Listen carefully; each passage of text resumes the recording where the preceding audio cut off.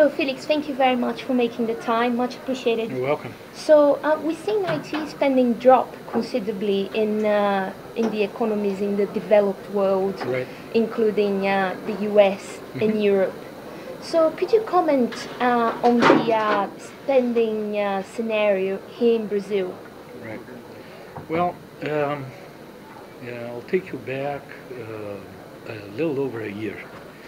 We did perceive a reduction also around 2009 here in Brazil, as well as in Latin America, but not as strong a reduction as we saw in other countries in the world. But what we saw was a faster return from that situation into growth. And so it's not only the amount of software sold and the amount of other IT spend in the market, but there were some significant qualitative changes when you compare to other countries. So the first thing that we perceived beginning mid 2010, but certainly very strong in the second half and now continuing into 2011, is an increase on the average deal size. So instead of complementary small projects that we saw in the middle of the recession, we are seeing investment of larger deals now. In the big rollouts. Right, in the big rollouts, in looking forward and not only backward. Before they were basically complementing users and making adjustments. Now it's really new functionality being brought into them. The second thing is within the IT domain, within the company's structure, it's very evident the move from the cost control type of investment. So investment to reduce other costs, investments to reduce purchasing, and efficiency related type investments to investments for growth. And this reflects into the nature of the software that's being requested. So things going from financial controls into CRM, customer relationship management functionalities. Sure. Things moving towards HR. HR, talent acquisition, talent management, talent development. So several things that shows us here in Brazil very strongly, as well as in other countries in Latin America, but mostly in Brazil, the type of investment is to enable growth, enable new functionalities, enable new business models. So bigger projects and going into the direction of the areas in the customer that enable growth instead of just cost reduction. So could you comment on the role that the Brazilian team plays in your global efforts to become more agile and innovative, particularly in the mobility area? So overall, SAP's model in go-to-market is a very country-centric one. We push all the resources to the countries. We have a very, very light overhead organization at a worldwide level, at a regional level.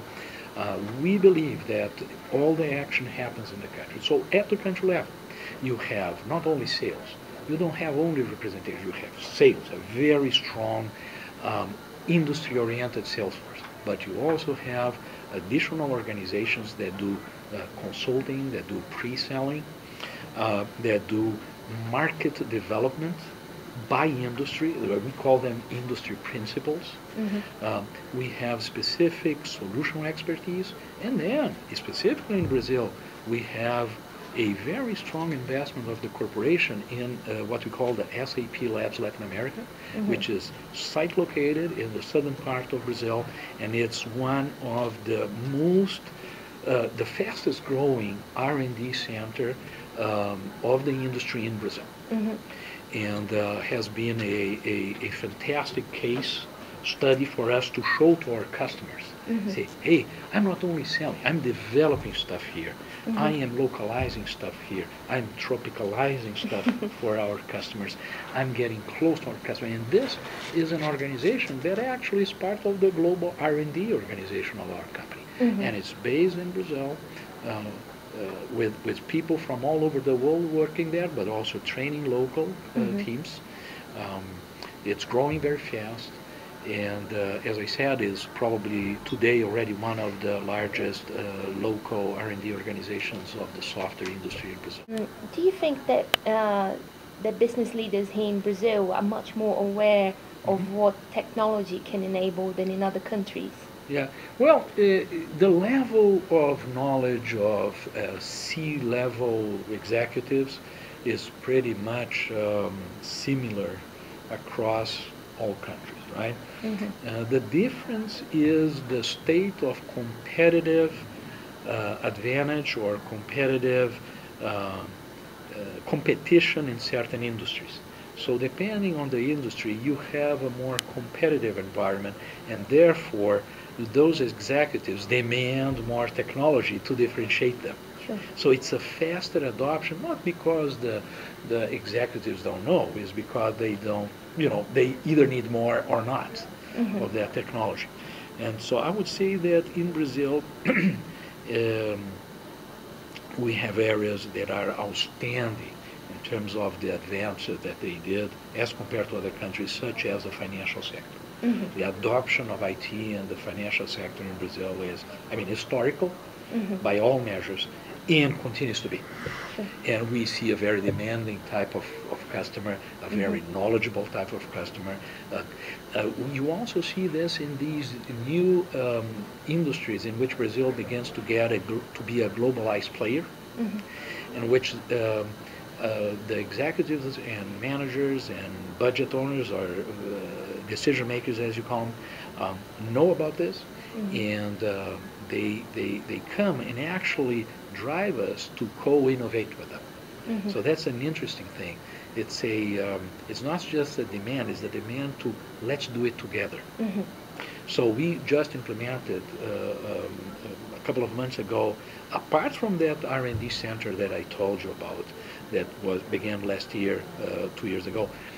We implemented this past year what we call the Co-Innovation Lab, which is a innovation lab to work with our customers, in which we enable customers and partners to come in and work with us in developing specific localized solutions and add-ons to our solutions. We call it COIL, Co-Innovation Lab. And this was another investment that we did here. Right. And this was done because our customers and our partners are willing and able to do this and working with us on the innovation side of the solutions here. So looking forward, would it be right to say that Brazil will be the key market you'll be focusing on in the region? Brazil is a very important market. All the markets that I mentioned, I can give you, for example, specifically for 2011, the key countries that we have. Brazil is one, Mexico is another, Colombia, Chile, and Argentina, right? And I would say that we, as I told you, we don't differentiate. This is more important. Yeah, each one has its size. Obviously, Brazil, because the market is so big, has a bigger size. But we focus on the sequencing of the investments. And this year, those countries that I mentioned to you, Mexico, Colombia, Chile, Argentina, and Brazil are the key countries for us to develop and invest and more than the others. That doesn't mean that we are divesting elsewhere, but it means that we believe that the majority of the growth will come from those countries. Does the competition worry you? People like TOTUS? We are deploying. I would say that the challenges that we have are related to the growth of different areas, right? So when you decide what to invest first, in terms of business challenges in the market, I would say that our solutions today do cover the whole market, specifically the small and medium enterprise. That's another interesting investment that we are doing this year. We have a very, very strong solution for small companies called B1. Okay, so that's a solution for companies that have up to 80 users, and usually companies that will have revenues at turnover around 25 to 30 million dollars a year. And this solution, we are tripling the organization that is selling it. It's a full indirect sales motion, so we are developing partners, and we are getting a lot of return from the market, exactly in the space of the SME, the small and medium enterprise, where usually people would think, well, SAP is not there. That's not true. We are also there, right? And so I would say this is a positive challenge because we are coming with a low base. However, the growth that we are expecting is fantastic. And I think that... Can you specify how much for this year? I can tell you what we had. It was more than 100% growth. Right. Are you expecting to we do not that? expect to decelerate growth. Sure. Okay. So does the competition worry you, especially from local players? No, I think that we do have a strong offering today, and it's a complete offering that plays in the market with equal level of equal or better level of competitiveness in terms of pricing, for example, and functionality much better. So we also see an interesting shift in the market going to higher quality, more robust solutions, even on the SME side, right? So that is also an effect of this growth element we talked in the beginning, in which you see companies that are small, they also want a robust, solid, consistent IT infrastructure that will be able to take them to another level in terms of growth. And that is something that SAP is very strong and can surely enable with a roadmap for small, medium, and large enterprise.